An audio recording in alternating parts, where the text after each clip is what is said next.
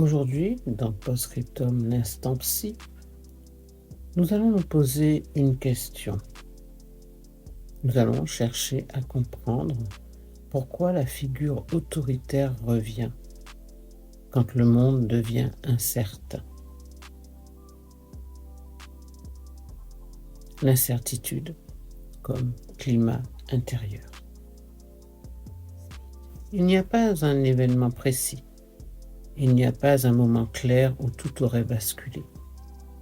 Il y a plutôt un climat d'instabilité diffuse. Les repères changent vite, les règles évoluent. Ce qui était valable hier ne l'est plus aujourd'hui. On parle d'économie, de santé, de guerre, de climat, de travail. Mais ces derniers mots, derrière eux, il y a autre chose. Il y a un sentiment un peu plus difficile à nommer. Celui de ne plus savoir exactement sur quoi s'appuyer. L'incertitude ne se vit pas seulement comme un manque d'information. Elle se vit comme une fatigue intérieure. Fatigue de devoir comprendre, fatigue de devoir anticiper, fatigue de devoir décider. On demande à chacun d'être autonome, responsable, lucide, de faire des choix, de s'adapter, de se positionner. Penser devient un travail permanent. Il ne s'agit plus seulement de réfléchir ponctuellement. Il faut constamment ajuster, réévaluer, corriger. Dans ce contexte, l'erreur n'est plus un accident. Elle devient un risque personnel. Si l'on se trompe, ce n'est pas seulement une mauvaise décision, c'est une faute. Cette pression est rarement formulée ainsi. Elle s'installe par accumulation, par la multiplication des injonctions contradictoires. Être libre, mais responsable. Être critique, mais conforme. Être informé, mais rapide. Être soi, mais lisible. Ces exigences ne sont pas absurdes en elles-mêmes, mais leur superposition crée une tension constante, une tension intérieure. Penser n'est plus un espace de jeu, c'est un espace de vigilance. On ne pense plus seulement pour comprendre, on pense pour éviter de se tromper. Dans ce climat, le doute n'est plus fécond, il devient inconfortable. Il ralentit, il fragilise, il expose. Alors, on cherche autre chose. Pas nécessairement une solution. Un soulagement, oui. Un soulagement. Quelque chose qui allège, quelque chose qui tranche, quelque chose qui réduit la complexité. Ce n'est pas encore l'autorité à ce stade-là. C'est d'abord une aspiration plus vague. Le désir que quelqu'un ou quelque chose décide. Non pas pour dominer, pour simplifier. Dans un monde perçu comme instable, l'ordre n'est pas d'abord politique. Il est psychique. Il représente une promesse implicite. Tu n'auras plus à tout porter. Cette promesse n'est pas formulée. Elle est ressentie. Et c'est là que la figure autoritaire commence à redevenir attractive. Pas parce qu'elle est violente, mais parce qu'elle paraît solide, claire, stable, déterminée. Elle tranche là où tout semble flou. Elle affirme là où tout semble discutable. Elle rassure là où l'incertitude fatigue. Avant même toute adhésion idéologique, il y a ce mouvement intérieur, le désir, oui, le désir de ne plus douter, le désir de ne plus avoir à penser seul, le désir que quelqu'un prenne la charge de décider ce qui est vrai, ce qui est faux, ce qui est permis, ce qui ne l'est pas. Ce désir n'est pas honteux, il est tout simplement humain. Et c'est précisément pour cela qu'il mérite d'être pensé.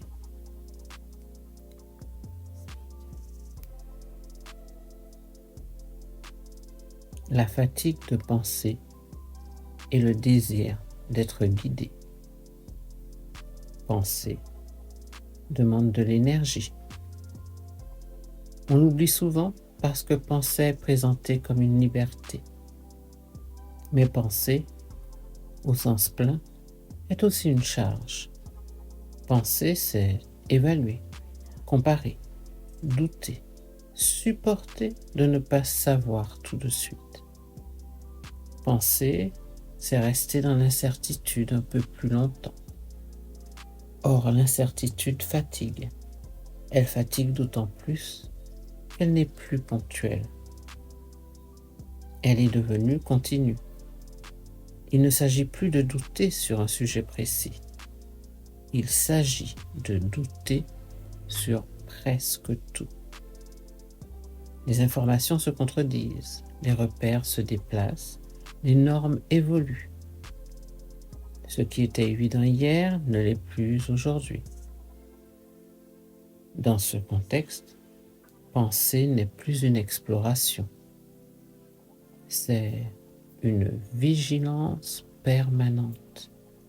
Il faut trier, hiérarchiser, vérifier, corriger.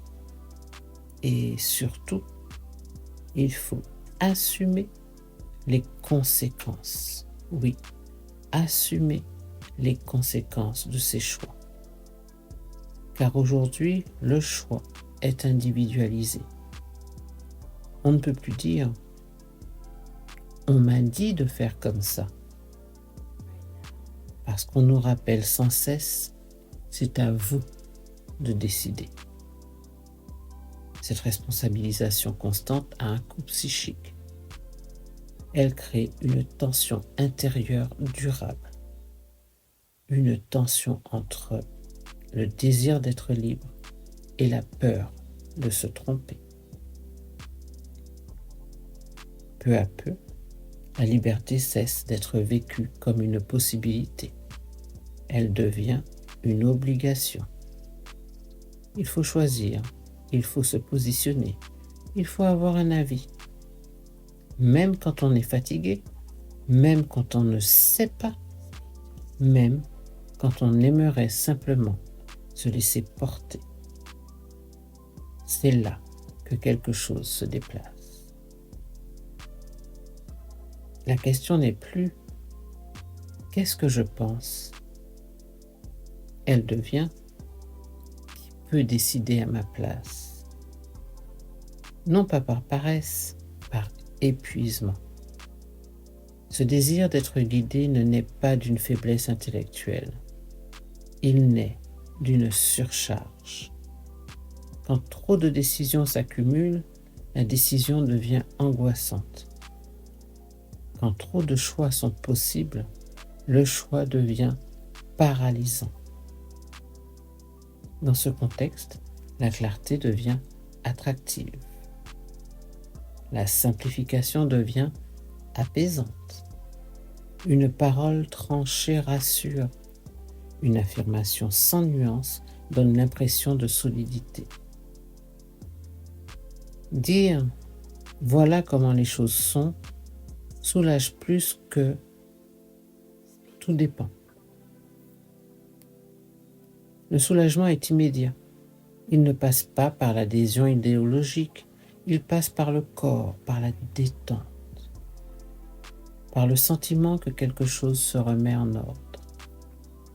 La figure autoritaire intervient précisément à cet endroit-là. Elle promet de trancher, de décider, de simplifier, de réduire la complexité. Elle dit implicitement, tu n'auras plus à porter ça tout seul. Ce message n'est pas toujours explicite. Il est souvent contenu dans le ton, dans la posture, dans l'assurance. Parler fort, parler clair, parler sans hésiter. Ce style, sachez-le, n'est pas anodin. Il répond à une attente psychique. Il répond à la fatigue de penser. Et cette fatigue n'est pas individuelle. Elle est collective. Elle traverse les classes sociales, les cultures, les orientations politiques. Elle ne distingue pas les pour des contre. Elle est un effet du climat général. C'est pourquoi la figure autoritaire ne revient pas seulement dans les urnes ou les discours. Elle revient dans l'imaginaire, dans la manière dont on parle d'ordre, de cadre, de fermeté. Et ça, même chez ceux qui s'en méfient. Car ce qui est recherché, ce n'est pas la domination, c'est le repos de la pensée, le repos du doute, le repos de la responsabilité individuelle permanente. Mais ce repos, sachez-le, a un prix. Et c'est ce prix, souvent invisible au départ, que nous commencerons à interroger. Que se passe-t-il intérieurement quand on délègue durablement son jugement à une figure d'autorité?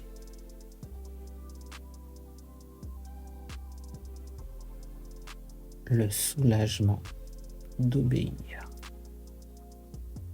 et ce qu'il transforme à l'intérieur. Lorsque l'on délègue son jugement, quelque chose se détend. Pas immédiatement de manière consciente, mais dans le corps. Il y a moins de tension, moins d'hésitation, moins de doute. Obéir dans ce contexte n'est pas vécu comme une contrainte. C'est vécu comme un allègement. On n'a rien à trancher, plus à arbitrer, plus à porter seul la responsabilité. Quelqu'un sait, quelqu'un décide, quelqu'un assume. Ce déplacement est profondément rassurant. Il n'est pas pathologique, il est juste humain. Freud l'avait déjà montré dans certaines conditions, le lien à une figure d'autorité procure un sentiment de sécurité psychique. Non pas parce que cette figure est juste, mais parce qu'elle est stable. La stabilité dans un monde incertain devient une valeur en soi. Quand tout bouge, ce qui ne bouge pas rassure. Quand tout se discute, ce qui affirme apaise. Et cet apaisement a un effet immédiat. Il réduit l'angoisse.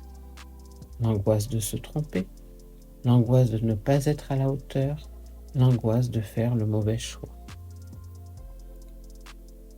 En obéissant, on ne supprime pas l'angoisse, on la déplace. Elle n'est plus liée à la décision. Elle devient liée à la conformité. Et la question n'est plus « est-ce que c'est juste ?» Elle devient « est-ce que c'est conforme ?» Et ce glissement est fondamental, car il transforme la manière dont on se rapporte à soi-même. Peu à peu, on cesse de se vivre comme un lieu de pensée. On se vit comme un exécutant. Pas un exécutant humilié, un exécutant soulagé. Et le soulagement est réel. Et il ne faut pas le minimiser. C'est précisément ce qui rend la figure autoritaire si efficace. Elle n'impose pas seulement, elle offre quelque chose. Elle offre un cadre clair, des règles simples, une hiérarchie lisible. Dans ce cadre, le monde paraît moins complexe et surtout, la responsabilité paraît moins lourde. Mais ce soulagement a un effet secondaire, par contre. Il transforme la relation au désir. Désirer suppose de ne pas savoir à l'avance, de prendre un risque, de supposer l'incertitude. Mais, dans un système autoritaire, le désir est encadré. On désire ce qui est permis. On veut ce qui est valorisé. On renonce souvent, sans s'en rendre compte, à ce qui déborde. Ce renoncement n'est pas vécu comme une perte immédiate, il est progressif. Il se confond avec l'adaptation. On se dit, ce n'est pas raisonnable, ce n'est pas le moment, ce n'est pas prioritaire. Ces phrases ne viennent pas toujours de l'extérieur, elles deviennent intérieures. C'est ainsi que l'autorité cesse d'être une contrainte extérieure. Elle devient une voix interne, une voix qui régule, qui limite, qui rappelle à l'ordre. Ce mécanisme est d'autant plus puissant qu'il est silencieux. Il ne produit pas de conflit, il produit de l'ajustement. Et plus l'ajustement est constant, plus le désir spontané s'amenuise. Non pas parce qu'il est interdit, mais parce qu'il est filtré avant même d'apparaître. On ne se demande plus « qu'est-ce que je veux ?» On se demande « est-ce que c'est acceptable ? Est-ce que c'est raisonnable ?» Cette question posée trop tôt étouffe le désir à la racine. C'est là le coût intérieur du soulagement d'obéir, un coût qui ne se voit pas immédiatement, mais qui se fait sentir dans la durée. Moins d'élan, moins de créativité, moins de mouvement intérieur. À la place, plus de prudence, plus de retenue, plus de conformité.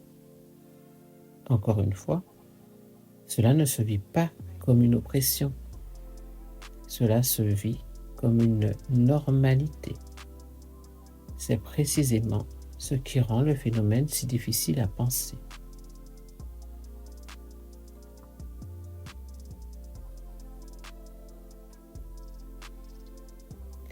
Il est important de comprendre comment cette délégation du jugement ne concerne pas seulement la politique. Comment cette délégation du jugement imprègne la vie quotidienne, les relations, le travail et la manière même de se penser comme sujet. Quand l'autorité descend dans la vie quotidienne, le mécanisme ne s'arrête donc pas au discours politique. Il ne reste pas cantonné aux grandes figures visibles. Il descend. Il s'infiltre dans les gestes ordinaires, dans la manière de travailler, de se comporter, de parler, de se taire. L'autorité ne prend pas toujours une forme de chef. Elle prend parfois la forme d'une règle, d'un protocole, d'un cadre, d'un indicateur, d'un objectif. On ne dit plus « quelqu'un m'ordonne ». On dit « c'est comme ça ». Cette phrase est centrale. « C'est comme ça » ne désigne personne. Elle désigne une évidence, une norme, une nécessité. Et cette nécessité est rarement discutée, parce qu'elle ne se présente pas comme une volonté. Elle se présente comme une organisation rationnelle. Dans le travail, par exemple, on ne demande plus d'adhérer, on demande de s'adapter. Les objectifs sont posés, les indicateurs sont là, les délais sont fixés. Il n'y a pas besoin d'un supérieur autoritaire. Le cadre suffit. Et le cadre est intériorisé. On se surveille soi-même, on s'évalue, on se corrige. Non pas parce qu'on y est forcé, mais parce que c'est attendu. Dans les relations aussi, ce mouvement est perceptible. On évite de déranger, on évite de compliquer, on évite de prendre trop de place. On ajuste son discours, on simplifie ses désirs, on tempère ses élans. Pas par peur directe, par souci de conformité. L'autorité, ici, n'est pas incarnée. Elle est diffuse. Elle prend la forme d'un climat implicite. Un climat où il faut aller vite, être efficace, il faut être clair, il faut être cohérent. Dans ce climat, l'hésitation est mal vue. Le doute est perçu comme une faiblesse. L'incertitude devient suspecte. Mais penser suppose de l'incertitude. Désirer suppose de l'indétermination. Créer suppose de ne pas savoir où l'on va exactement. Quand l'autorité s'installe sous forme de cadre omniprésent, ces mouvements deviennent coûteux. Alors, on les réduit. On préfère ce qui est balisé, ce qui est reconnu, ce qui est déjà validé. Peu à peu, le rapport à soi se transforme. On ne se demande plus « qu'est-ce que j'ai envie de faire ?» On se demande « qu'est-ce qui est attendu ?» Qu'est-ce qui est bien vu? Ce déplacement est discret, il ne provoque pas de rupture, il ne suscite pas de révolte, il est compatible avec une vie apparemment normale. Mais intérieurement, quelque chose se fige. Le sujet devient prudent. Il anticipe le cadre avant d'oser. Il s'autocorrige avant même d'avoir formulé son désir. C'est ainsi que l'autorité n'a plus besoin de s'imposer. Elle est déjà là, dans les normes, dans les rythmes, dans les attentes implicites et surtout dans la manière dont chacun apprend à se tenir. Ce phénomène est d'autant plus puissant qu'il est vécu comme rationnel. On ne parle pas d'obéissance, on parle d'organisation. On ne parle pas de soumission, on parle d'efficacité. Ces mots neutralisent la question psychique. Ils rendent inutile toute interrogation sur ce que cela fait intérieurement. Et pourtant, les effets sont là. Moins de conflits ouverts, mais plus de renoncements silencieux, moins de désaccords exprimés, mais plus de frustrations diffuses, moins de chaos visible, mais plus de rigidité intérieure. C'est dans ce contexte que la figure autoritaire au sens large devient presque confortable. Elle prolonge un mouvement déjà présent. Elle ne choque pas, elle confirme. C'est ce qui rend la figure autoritaire si résistante à la critique. On peut démontrer ses dérives, on peut rappeler l'histoire, on peut alerter. Mais tant que l'incertitude demeure, tant que la fatigue de penser persiste, l'appel restera. Car il ne s'adresse pas à la raison seule. Il s'adresse à une zone plus intime, à ce moment où l'on se dit parfois sans mots « J'aimerais que ce soit plus simple. J'aimerais qu'on me dise quoi faire. J'aimerais ne plus douter. » Ces phrases ne font pas de quelqu'un un partisan de l'autoritarisme. Elles font de quelqu'un un être humain sous pression.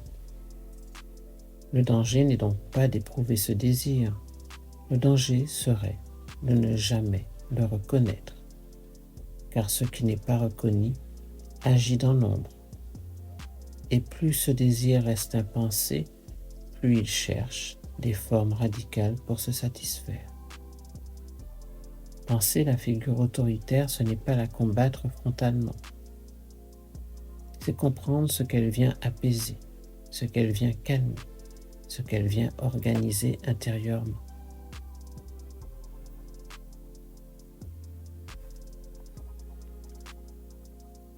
Mais une question essentielle se pose à nous.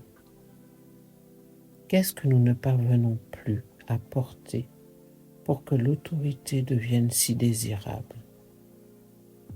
Cette question ne demande pas de réponse immédiate. Elle demande d'être habitée, de rester ouverte, de circuler. La question n'est peut-être pas de savoir comment lutter contre l'autorité, mais plutôt comment rendre l'incertitude à nouveau habitable sans avoir besoin de déléguer entièrement sa pensée à une figure d'autorité. Donc je vais, pour conclure, proposer une version un peu plus psychologique qu'il appartiendra à chacun de penser, de réfléchir, d'aller chercher l'information pour mieux la comprendre ou juste la révéler. Donc, je dirais, ce que révèle l'appel contemporain à la figure autoritaire, c'est un processus de désubjectivation. C'est un sujet psychiquement épuisé, fragilisé dans sa capacité de symbolisation et de jugement, qui délègue son autonomie psychique pour se protéger de l'angoisse et pour pouvoir continuer à fonctionner. C'était Postscriptum, l'instant psy, et n'oubliez surtout pas que penser, c'est aussi résister, non pas contre le monde, mais contre ce qui en nous serait tenté de renoncer à exister. Postscriptum, l'instant psy, CGDX.